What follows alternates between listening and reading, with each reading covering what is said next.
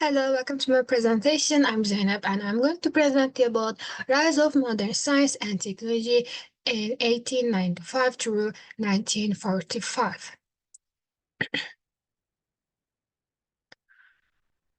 Um, let's start with God is left-handed. It was a revolution whose implications are not completely resolved today. Wolfgang Pauli captured the idea best in a phrase calling God a weak left-hander. He initially used those words to dismiss the results and did not accept the fall of parity until he read papers produced by physicists who confirmed the result in various other experiments. Space race was closely watched all over Earth. In the early 60s, the immediate goal was to put a human into orbit. With their more powerful rockets, the Russian wanted run as well. It was nearly a year after cosmonaut Yuri Gagarin made the original one-orbit flight that astronaut, later Senator John Glenn, duplicated the feat. Before that, on March 25, President John F. Kennedy tried to shift the focus of the race. He made it a national goal to put humans on the moon by the end of the decade. Lasers. The laser produces absolutely monochromatic light that is light of a single frequency. A second important property of the laser is that the light waves all travel in exactly the same direction and are in step. Light with these properties is called coherent light. One important property of a coherent light beam is that does not split when traveling through space. Therefore, a laser can carry a lot of energy into a small spot, hitting the target spot by discharging the energy. Consequently, one of the first uses of lasers was in cutting and welding, both in heavy industry and medical practice. The chip. After the invention of the transistor, various configurations of transistors were created to perform these functions. Components referred to by such traditional names as resistor, capacitor, diode, and so forth.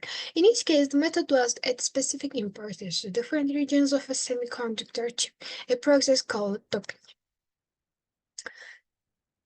Seeing the whole sky. The exploration of the entire sky at all electromagnetic wavelengths has revealed a universe more complex and more interesting than anyone could have expected from simply gazing at the sun, moon, and stars.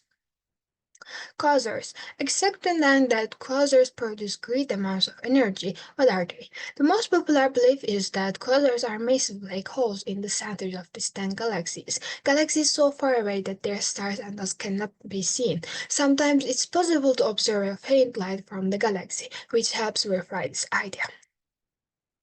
Ecology and sociobiology. Ecology is the science of the relationship between organisms and their environment. For a time, sociobiology was widely discussed, but popular interest in it faded. However, sociobiology ideas continue to influence much of the research on animal behavior.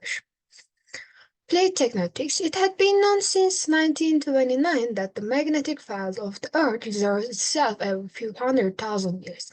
This had been observed in successive strata, one above the other on the continents. In the early 16th, Frederick Wine and Roman Matthew demonstrated that on the floor of the ocean, these reversals do not occur in different strata vertically, but instead lie in similar strata that are side by side.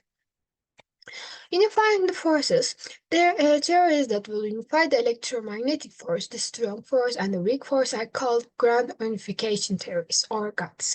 Theoretical physicists have been somewhat successful in developing GUTs, but there are several competing theories and no evidence as to which one might be correct. Exploring the planets. If you are old enough, and especially if you are interested in astronomy or science fiction, in your youth, you once knew a lot about the solar system that was simply not true.